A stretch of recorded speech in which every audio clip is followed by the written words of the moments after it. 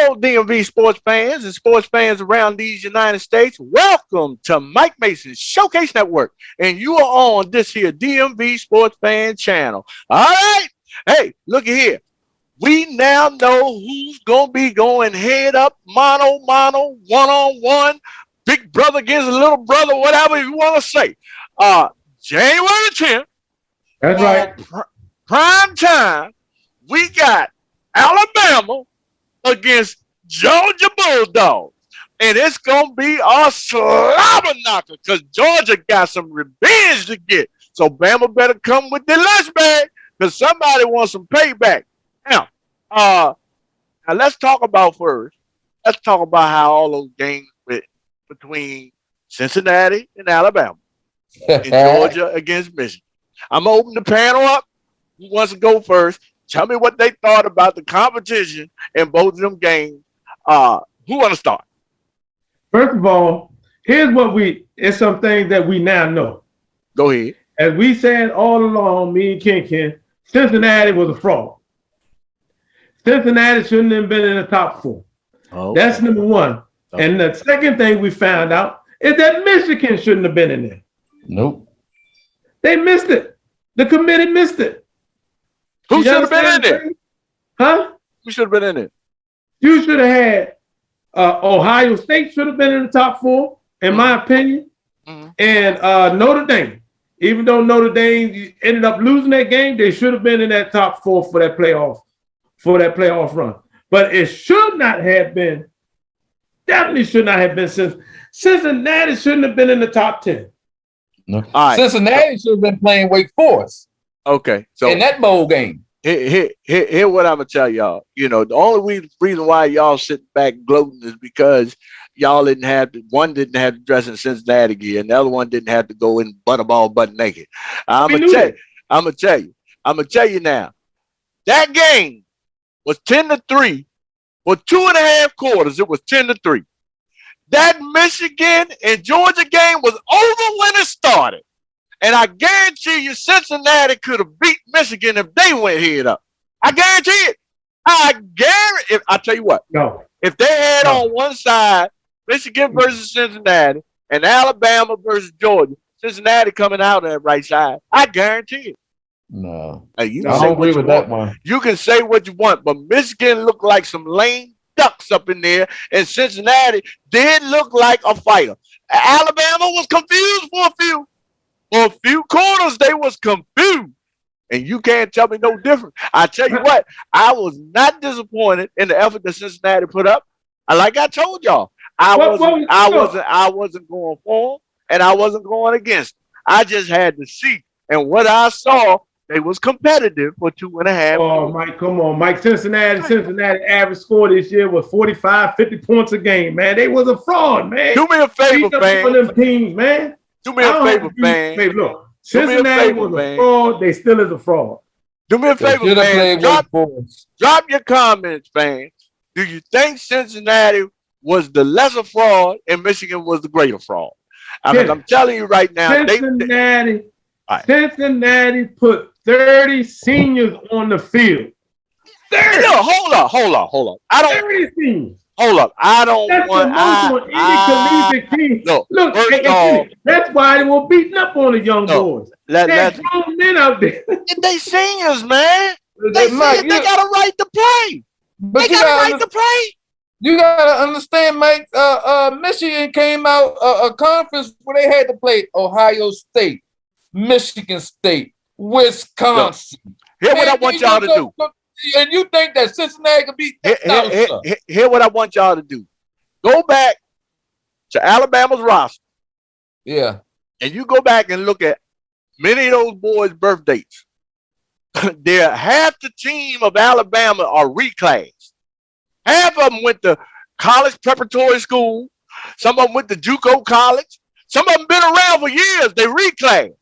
So don't use, in most of these mid-major and Power 5 conferences like we talk about with Cincinnati, most of them players are legitimate 4-year college students.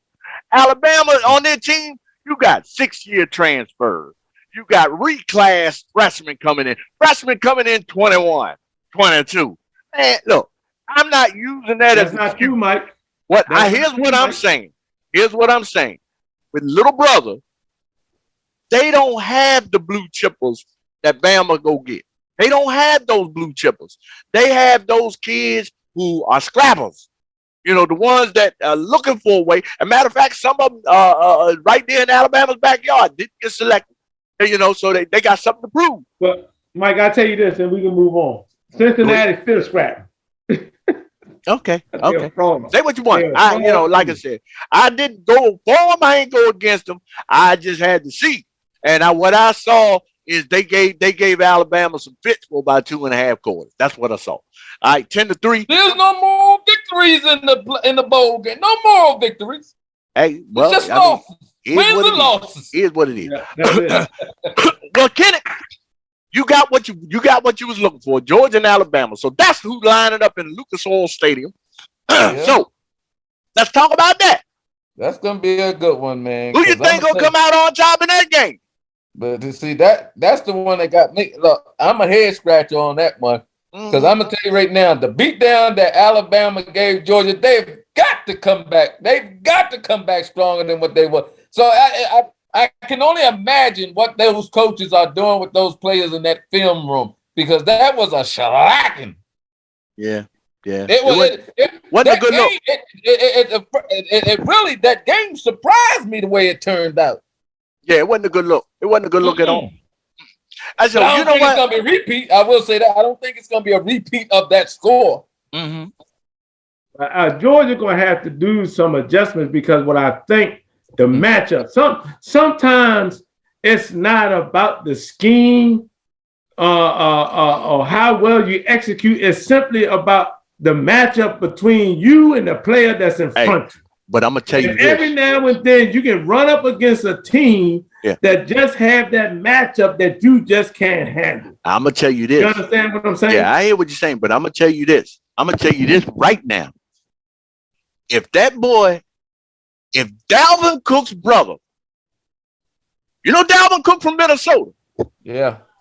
If his brother get off like he got off against Michigan, Bama going to have a long day. Because now this boy, what I found out is they just found out. Georgia just found out how exclusive and versatile this guy is. Not only can he run the rock, but he's an excellent receiver out of the backfield. They lined him up in the slot. They done lined against Michigan now. They lined him up in the slot. They lined him up as the premier wide receiver on the outside of some packages. Then they coming out the backfield. Man, that boy is awesome. Hey, Georgia problem. I think he's a freshman. He's a freshman. Georgia problem in that first game was they couldn't handle the pressure. Yeah. Alabama put too much pressure on the quarterback. You understand what I'm saying? He was making mistakes. He wasn't getting his read right. So if they didn't do anything to address that pressure that Alabama front four, front five going to bring, it's going to be another long day for Georgia. I'm anxious to see. Yeah, they got to make the adjustment. I'm anxious to see how they going to use Cook. I'm anxious. Man, this boy, wouldn't he look good with Patterson? Huh? That boy would look good with Patterson. But there you go. But anyway, so you on the fence with it, huh, King? You don't know. Yeah, I can't go one way or another, because like I said, you know they always say you can play a team 5 times. You may beat them 4 out of the 5, but the one time they'll get you. I can't say one way or another. I know if I took a tail whooping like that, I'd be angry. I'd be. You know what? Georgia should throw every trick in the book at them, because there is no way they can go on that field if they look the same way. That'll be a problem. All right, Pedro, what you think? You know, like I said, that Alabama team that I saw play Michigan, you know, it makes you think how Alabama going to beat them. But that's the same way I thought about the first game. And it went totally opposite. So if if Georgia have not made those adjustments, this is going to be another victory for Alabama. Yeah. But when the way Georgia went on Michigan, that's the Georgia team we was used to seeing all year long. That's what we used to see, but they got to take it week to week. They got to take it week to week. Well, they ain't had to worry about week to week. They done had a few weeks off, so we're gonna see what happens on January 10th. Well, all I can say is they got to bring it. It should be. Yeah, it should be a good It game. should be. Like you say, it should be a battle. Yeah, it should be a That's slaughter. what it should be. The coach should have put. I hope the coach put the gunpowder in the dog food. He better put that gunpowder in that dog food. Better feed him that gunpowder. We gonna find out shortly. Yeah. Hey, now here's what I want to ask y'all before we end the segment and get ready for this big clash between the Titans with Bama and Georgia. What y'all think about that turf win up there on the baseball field? Oh, that was a good one. That was a good win. I hope they take it into the next season. That's what I hope, because that looked like a totally different team than what we've been watching all year long. I tell you what, I panicked. I panicked for a minute. Why? But then I thought about what is coming in versus what's going out. Soon as that game was over with, about 4 or 5 players hit the transfer portal. But when I was looking at the players, I was like, who is he? Where is he? A couple of them was wide receivers. Now, you know they're bringing in that transfer from Florida, that wide receiver. They probably said, I ain't going to get no more play time. I'm gone. Well, you know, I told y'all that Maryland was going to beat Virginia Tech. Yeah, you did. You did. Yeah. I told you that was going to happen. You called and I told you also there was a possibility they were going to run them off the field. Hey, you called that too? Exactly. So Maryland has a makeup to be a great team. They do. Just got to believe in themselves. But Loxley, he has to, for some reason, he forgot what he learned when he was in the SEC.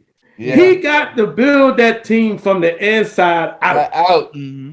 Look, we all know in Maryland you can get a running back, you can get receivers, you can get cornerbacks, you can get linebackers, but you got to go out there in the Midwest and get yourself some offense and defensive linemen. Right. Build that thing from the trenches out. Because let me tell you something about Tua, Tagovailoa. Mm-hmm. Yeah. If he get the time, he'll pick the defense apart. Oh, no question. You got to build from inside out. That's what he got to do. You understand what I'm saying? So his QB don't have to feel like he need to win the game. But that's what they're missing. They don't have no pressure up front on defense, and they can't get the quarterback time on offense. They got to solidify them trenches. And then there is enough talent in the DMV to get your wide receivers, running backs, defensive backs. It's enough talent in the DMV to handle that. But what the DMV don't have, which is the District, Maryland, Virginia, for those who might be listening from outside of the DMV, what the DMV don't have is we don't have no linemen. We just don't have, let's be honest. Yeah. We watch all the high school football around here. We don't have no linemen. No linemen. Our linemen 225 at the best. Yeah, you got to go in the corn. You got to go in the cornfields to get the linemen. You got to go down south. You got to go Oklahoma and Nebraska and my grandson 240. They had to put him on the line. Yeah, hey, Kenny, our linemen here in the DMV can't flip no tractor tires. No, they can't do that. No, the linemen, they barely lift a bike tire. Javon can lift a tractor tire. But I understand where you're going with it. But I'm saying this: the linemen around here end up with the ones that do get, the college, go to college. They end up being linebackers, or end up being hell. Some of them end up being cornerbacks. You got to go out there. You got to go out to Nebraska, Oklahoma, Ohio, Idaho. Hold up. You go down to Alabama. You go to Mississippi. Anywhere where they feed you grits and potatoes. You got to. I mean, take yourself a trip over to the Isle of Samoa. That's what I was about to say. You know the place where you get them out there in Samoa. I mean, you got a connection with you got a connection with your quarterback. Yeah. And your quarterback and some of his cousins up in Maryland. Man, go get your cousins that can't get away from the table, son. Yeah. So, I mean, I'm looking for good things, hopefully, to happen with Maryland during the off season. They need them linemen with breast kisses. They need breast kisses. Yeah, whatever. We just need some. Hey, you know how they say it up in the mountains. We need some big uns. We need some big uns. So hopefully we get some big uns, and hopefully we can get things together. Tua should be a pretty seasoned quarterback coming into his junior year. He should be a pretty seasoned quarterback coming into his junior year. Don't want no mishaps, no hiccups. He should get some of the big. What's that guy name? The running back, is it McDonald? I forgot his name, but he's gonna be a pretty good stud too coming out the backfield. But he got to keep all them players upright, man. They gotta stay upright. They can't be running for their life though, man. You're right. You're right. Tua was running for his life, man. He can do it. Man. Yeah, he can do it. We're gonna take a look at Maryland when we break down the post national championship. We're gonna look at Maryland's recruitment class, and we're gonna look at see what they got in that recruitment class. See if they did get any linemen. See what the happenings are. I mean, heck, man, Loxley should know he come from Bama. He know he should got to get some big boys up on that line, man. What's wrong with him? I don't understand it. I don't understand it. That should have been the first thing he solidified. When Joe Gibbs came to town, and when 1.0 Joe Gibbs came to town, first thing he did got himself a bunch of hogs. Yeah. When the linemen circle Loxley, you ain't even supposed to see him. Nah, exactly. You ain't supposed to see him. Yeah, lie.